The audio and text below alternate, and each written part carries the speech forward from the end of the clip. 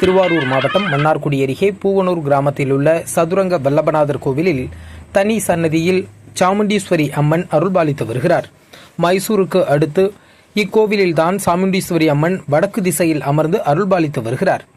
பௌர்ணமி ஆடி வெள்ளிக்கிழமையொட்டி மகா சண்டி ஹோமம் நடைபெற்றது. காலை 7 மணி முதல் விக்னேஸ்வர பூஜை, கோ பூஜை, துவாபர்ண பூஜை, 13 அத்தியாய ஹோமம், வடுக பூஜை, கன்னியா பூஜை, பட்டுப்புடவை ஹோமம், சௌபாகிய திரவிய ஹோமம் நடைபெற்றது. மிக பெரிய குண்டத்தில் பூ, பழம், புடவை என பல்வேறு மங்கள பொருட்கள் கொண்டு சிவாச்சாரியார்கள் மந்திரங்கள் ஓதி யாகம் வளர்த்தனர். நிகழ்ச்சியில் திருக்கைலாய பரம்பரை திருவாடுதுறை ஆதீனம் 24வது குருமகா சன்னிதானம் ஸ்ரீலஸ்ரீ அம்பலவான தேசிக பரமாச்சாரிய சுவாமிகள் கலந்து கொண்டு மக்களுக்கு அருளாசி வழங்கினார். நிறைவாக மகா பூர்ணாகுதியும் தீபாராதனையும் காண்பிக்கப்பட்டது. பின்னர் சிவாச்சாரியார்கள் புனித நீருள்ள குடத்தை சுமந்து சாமுண்டீஸ்வரி அம்மன் சன்னதியை வலம் வந்து அம்மனுக்கு அபிஷேகம் நடைபெற்றது. பின்னர் மலர் அலங்காரத்தில் சாமுண்டீஸ்வரி அம்மன் பக்தர்களுக்கு காட்சியளிக்க மகா தீபாராதனை காண்பிக்கப்பட்டது. விழாவில் சுற்றுவட்டார கிராமங்களைச் சேர்ந்த நூற்றுக்கணக்கானோர் பங்கேற்று சுவாமி தரிசனம் செய்தனர்.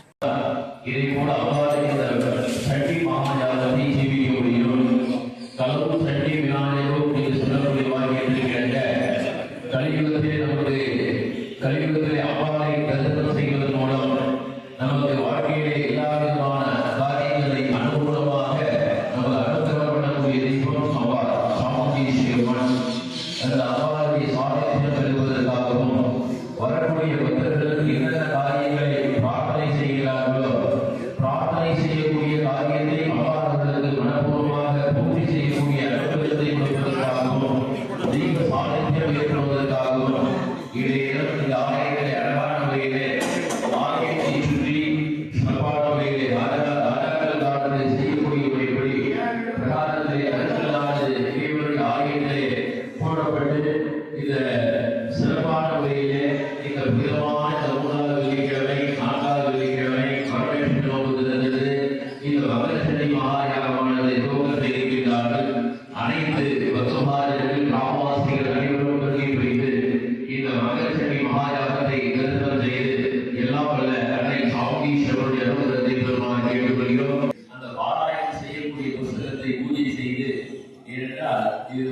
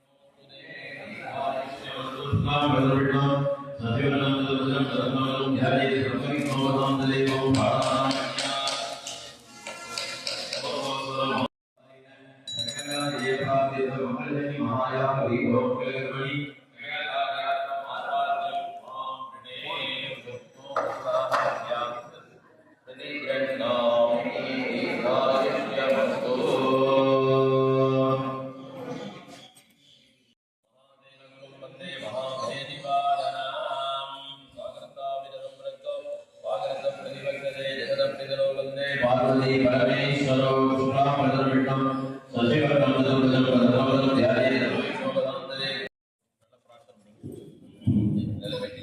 பூர்வம் சங்கல்பம் பிரகாரேண சகல தேவப்ராப்தேஷு மங்களமானி மாயாவதி லோகலகர்மி சகல கார்யாத்ம ஆசாத்யம் வாம் ப்ரணே சரோதஸ்ய பூர்வம் சிதமானேன சங்கல்போக்த பிரகாரேண சகல தேவப்ராப்தேஷு மங்களமானி மாயாவதி லோகலகர்மி சகல கார்யாத்ம ஆசாத்யம் வாம் ப்ரணே ஓஸ்மோ ஹஸ்தாஹ்ய நாமி சோதாதானிகா உதயனா சந்தாஜமோ வாதரோதேவா ஸ்ரீ பரமேஸ்வரி தேவம் அத்தியோகே மங்களஸ்ரயமத்ய ஆத்ராட்லே விதராத்துலஸ்ய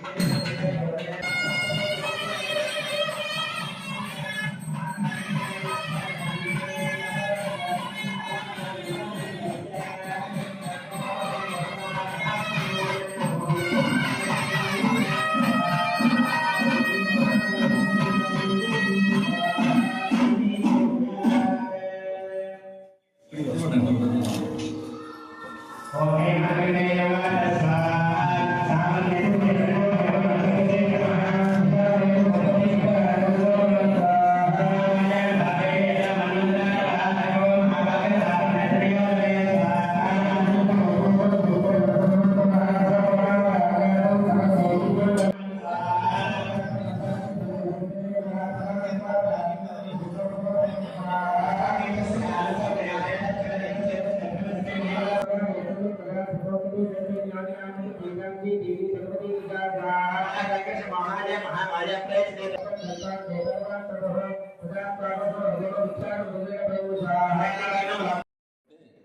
அத்தியாயத்தில் அருட்சக்தி மகா காளி. காளி என்றாலே நமக்கு நல்ல காலத்தை அனுகிரகம் செய்யக்கூடிய அம்பாள். இன்னொன்று கால பயத்தை போகக்கூடியவன் அம்பாள். காலன யமன், அந்த யம பயத்தை போகக்கூடிய யாருன்னா அம்பாள் தான். அம்பாளுடைய அத்தியாயம் நமக்கு வெற்றி.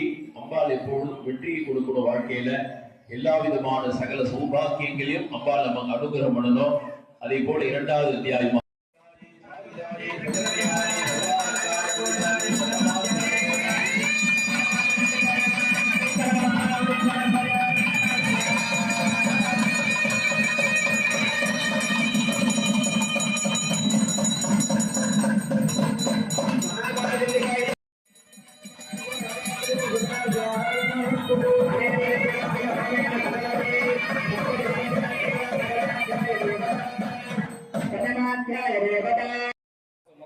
சிவாலயம் இல்லாத ஊர் வந்து சுடுகாடு தான்.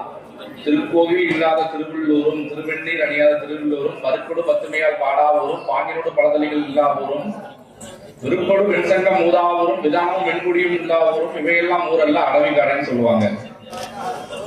அப்ப நம்ம ஊர்ல இருக்கு திருக்கோயில் இருக்கு, நமக்கு சந்தோஷம். அந்த திருக்கோயில்ல வழிபாடு நம்ம எந்த அளவுக்கு நம்ம நடத்துறோம், திருக்கோயில்ல வழிபாடு நம்ம எந்த அளவுக்கு நடத்துறோம்ன்றதான் இங்க நம்மளோட கேள்வியே. நம்ம ஊர்ல சொன்னவங்க நமக்கு நாகூர் அடுத்து என்ன சொல்றாங்க? திருநாமம் மந்திரத்தின் செப்பாராகி, தீவனர் திருமுருகால் பேசாராகி, ஒரு காலம் திருக்கோயில் சூழாராகி, உண்பதனும் மலப்புறத்துக்கு உண்ணாராகில், அருநோய்கள் கிடவெண்ணீர் அடியாராகில், அழியற்று பிறந்தவாறு எதவெண்ணில் பிறப்பதற்கு தொழிலாகி இருக்கின்றாரு. அப்போ அவன் வந்து இந்த 5 இதை பின்பற்றாட்டா என்ன பண்றான்? அவன் மனிதனே கிடையாதுன்னு நாகூர் சொல்றாங்க. திருநாமம் குருக்கெல்லாம் அங்க இருக்க ஆலய நிர்வாகி மட்டும் தான் சொல்லணும். ஏன்னா பிரம்மோற்சவத்துக்கு அவங்க 2 பேரும் மட்டும் தான் இருக்க போறாங்க. நமக்கு அந்த கோவிலுக்கு சம்பந்தம் இல்ல. அந்த கோவில் இருக்கக்கூடிய தெய்வம் மகிழ்ச்சி அடையும் போது சுவாமி வந்து கோவில் கொண்டு இருக்கிறது அவருக்காகவா? அவர் தத்துவாதினா எல்லாத்தையும் கடந்து இருக்கிறாரு. அப்போ எங்கும் நடந்திருக்கக்கூடிய சிவபெருமான நம்ம சாமி தூண்ல 29 ரூபாய் போய் கோவில்லாம் கேட்கிறாங்கல்ல, எல்லா இடத்துலயும் சுவாமி இருக்கிறாரு. ஞானிகள் வந்து எல்லா இடத்துக்கும் போய் வழிபாடு பண்ணுங்கிற அவசியம் கிடையாது. திருமூல தேவனான சொன்ன மாதிரி உள்ளம் பெருங்கோயில் ஊனுடம்பாளையம் வள்ளல் பிரானாருக்கு வாய்ப்புவாசல் கள்ள புலனைந்தும் காலாமணி தெல்ல தெளிந்தாருக்கு சீமன் சிவலிங்கம் கள்ள புலனைந்தும் காலாமணி விளக்கே. அப்போ இந்த 5 புலன்களையும் கடந்து தெளிந்த நீரோடை போல இருக்கவங்களுக்கு உடம்பு தான் கோவில். அதுல சுவாமி இருப்பாரு. நம்ம எல்லாம் என்ன பண்றோம்? கொஞ்சம் நமக்கு இப்போ யாராவது பிரசாதம் கொடுத்தா விரும்பி எல்லாரும் பிரசாதம் வாங்க போயிடுவோம். அம்பாலோட சண்டி வாங்க என்ன பண்ணிடுறோம்? பிரசாதம் வாங்க போயிடுவோம். யாராவது ஒரு அங்க நல்ல கலை நிகழ்ச்சி தான் நடக்குது, அந்த பக்கம் வர நடனா மூணு நாளைக்கு வாங்குவோம். அப்போ நம்ம அந்த 5 புலனுக்கு ஆட்பட்டிருக்கோம். அதாவது நமக்கு எல்லாருக்கும் இப்ப என்ன பிரசாதம் சக்கரை பொங்கல் கொடுத்தா உடனே வாங்கி கொடுத்துருவோம். எல்லாருக்கும் என்ன பண்ணலாம்? கோவில் அதுக்கு நம்ம என்ன பண்றோம்? வேத நமக்கெல்லாம் பொது ஆகமம் தான் என்னது? சைவர்களுடைய பிரமாண நூல். நமக்கு பிரமாணம் இதுதான். சைவாகமம் தான் நம்மளுடைய 28 ஆகமம் இருக்கு. இதுதான் நமக்கு பிரமாணம். அந்த ஆகமத்தின் அடிப்படையில் என்ன பண்றாங்க? ஒரு இடத்த நிர்மாணம் பண்ணி அந்த இடத்துல, அதாவது உலகம் நம்ம ஊர்லயே என்ன பண்ணுவாங்க, ரொம்ப அதிகமா நல்ல சக்தி நிறுத்தக்கூடிய இடத்த தேர்ந்தெடுத்து அந்த இடத்துல வந்து என்ன பண்றோம், அதை ஒரு சதுர வடிவுல அதுக்கு வரையறை பண்ணி அந்த இடத்துக்கு வந்து அதை மையப்படுத்தி அங்க சுவாமி சொல்லிய நிர்மாலயம் பண்ணி அதை மொத்தமா இப்படிதான் கட்டணும், கருங்கல்ல தான் கட்டணும், இல்ல சுண்ணாம்பு சேர்த்தா இயற்கையான முறையில தான் பண்ணணும்னு சொல்லி இந்த வழிபாடுகள் எல்லாத்தையும் பண்ணி என்ன பண்றாங்க? இந்த வழிமுறையை பின்பற்றி ஒரு கோவிலை கட்டுறாங்க. நம்ம எல்லாம் சொல்லுவோம்ல, எவ்வளவோ கஷ்டத்துல வர்றோம், அம்பாள் முன்னாடி போய் நின்ன, சாமி சராஜி போய் நின்ன உடனே என்னோட பாரமே இறங்கிடுச்சுன்னு சொல்றோம். அப்போ என்னன்னு கேட்டா, நம்ம எல்லாம் ஒரு இடத்துல எல்லாரும் அழுதுகிட்டு இருக்கிறாங்க. அந்த இடத்துல நம்ம அழுக சிரிக்க முடியுமா? என்ன செய்வோம்? அழுகதான் செய்வோம். எல்லாரும் புள்ளி குஞ்சு சிரிச்சு விளையாண்டுட்டு இருக்கிறாங்க. அங்க போய் நம்மளால அழுக முடியுமா?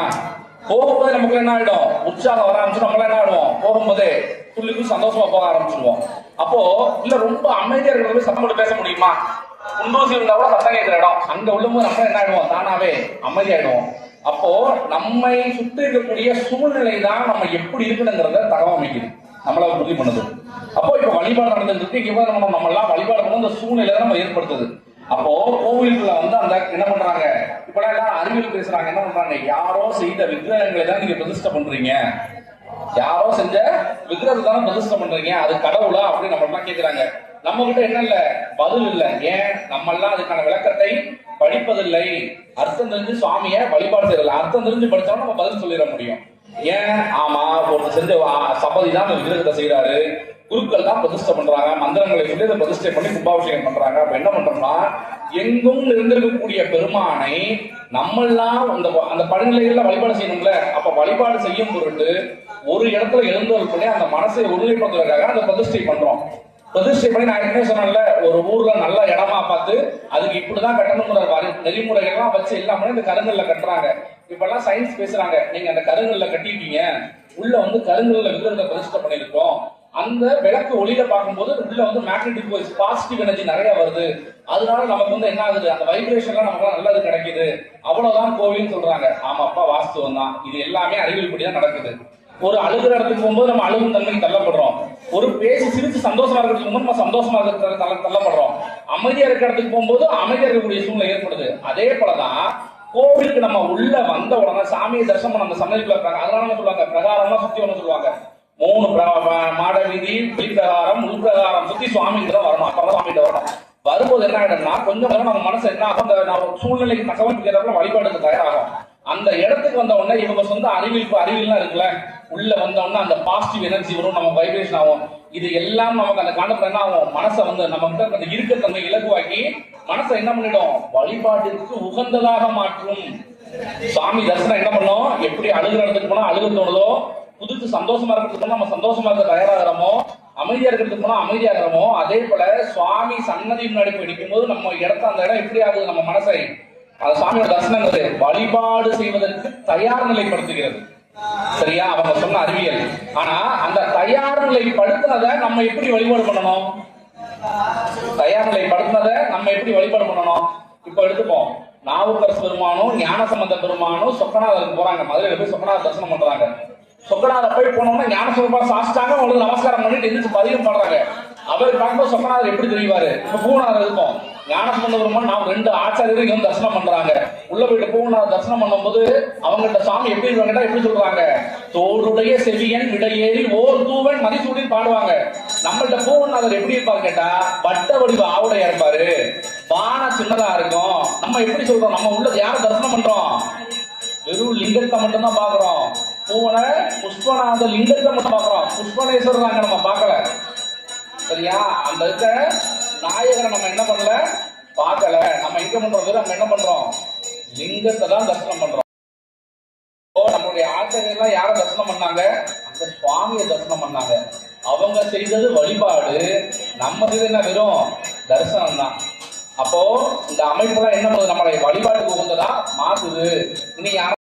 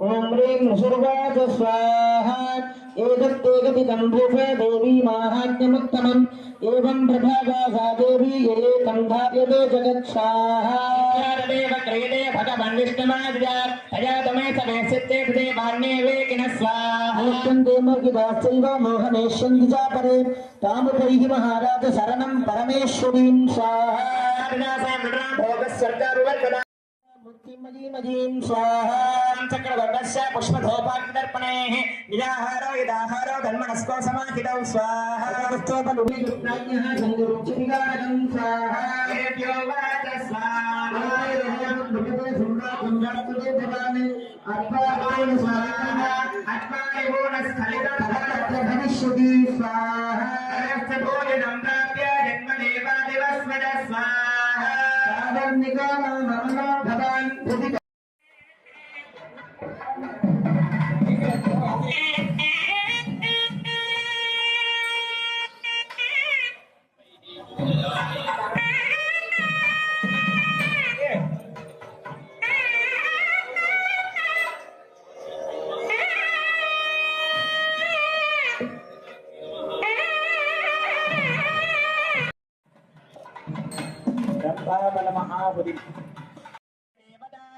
भक्तजनावनाय शिवार्थवत् शिवपुत्रे दुष्टमहिषम्बनुषम्बादि दानवकुलहन्त्रे रमणीयवाणी सतगानाशिवादन भक्वारधृतवीनादन्त्रे पादानभजनशोकरोकपूगहन्त्रे दीनार्थप्रविधनवेषदया मामहन्ते श्री शिवधारिका परमेश्वरी श्रीविद्याचण्डिका प्रियदा எல்லோரும் ஜெய ஜயா என்று சொல்ல வேண்டும்.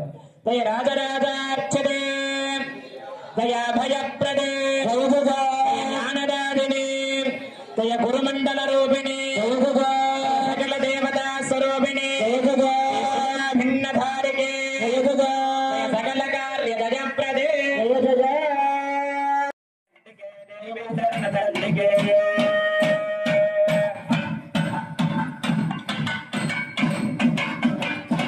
शिवाधारिका परमेश्वर श्री विद्याचंडिका नमः ब्रह्मविदं चंद्रमानंतप्रणं सोमेधां स्वाहा अहं रुद्रादन राधनो मत्रं मद्विषेधर वेहन्तबाहो अहं जनाय समदं करोम्यहं द्यावा पृथिवी आवेवे स्वाहा अहं सवे पितरमस्य भोर्धं ममयोनि रक्षात् अन्तः मत्रे पुरोविद्धे भुवनानि विश्वातां मोद्यां वसुनावसुतानि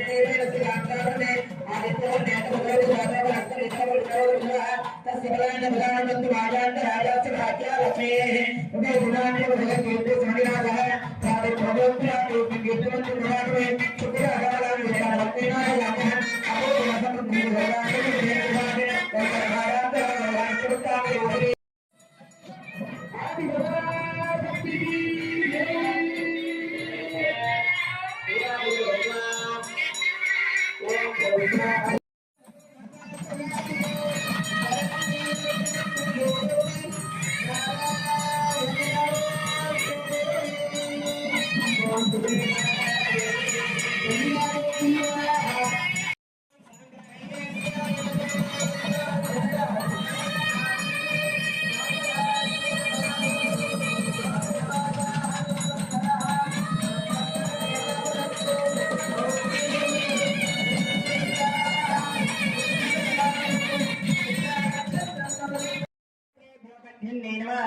सहस्राजगां भिन्ने नमः चामुण्डायै नमः षडङ्गमन्त्रार्थं समर्पयामि ओम भर्गवस्वाहा भोगे प्रथमायुक्तं नागवल्ले कलयदा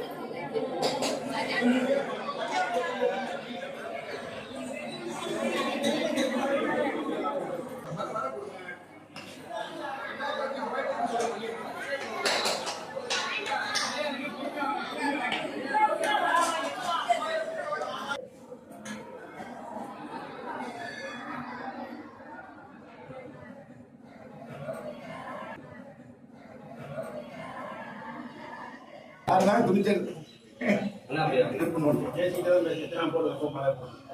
வாங்க, வாங்க. அதான் கதை. அப்படியே தேங்க்யூ.